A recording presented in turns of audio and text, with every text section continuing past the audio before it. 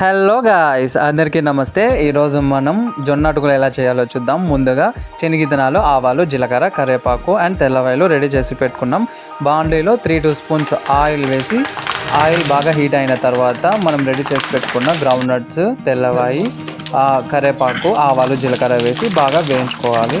ఇవి కొద్దిగా రోస్ట్ అయిన తర్వాత మధ్యలో 2 ఒట్టిమిర్చి తుంచి వేసుకోవాలి.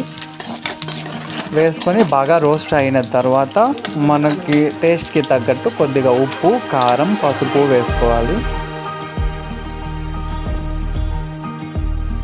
స్టవ్ సిమ్లోనే ఉంచుకోవాలండి, ఎందుకంటే హైలో పెట్టుకుంటే మాడిపోతుంది, మనకి టేస్ట్ కూడా అంత బాగుండదు. ఉప్పు, కారం, పసుపు వేసుకున్న తర్వాత బాగా మిక్స్ చేసి మనం రెడీ చేసి పెట్టుకున్న జొన్న అటుకుల్ని అందులోకి వేసేసుకోవాలి. వేసుకున్న తర్వాత బాగా మిక్స్ చేసుకోవాలి. అంతే అండి, సింపుల్ రెసిపీ. చాలా అంటే చాలా బాగుంటుంది. ఈవినింగ్ టైమ్స్ స్కూల్ నుంచి వచ్చిన తర్వాత పిల్లలకి స్నాక్స్గా పెట్టవచ్చు, లేదంటే హౌస్ వైఫ్స్ అయితే వాళ్ళ హస్బెండ్స్ కోసమైనా చేసి పెట్టుకోవచ్చు అండి. టేస్ట్ మాత్రం అదిరిపోతుంది. ఇప్పుడు నా అల్లుడు ఎలా ఉందో తిని చెప్తాడు, వినండి. సూపర్.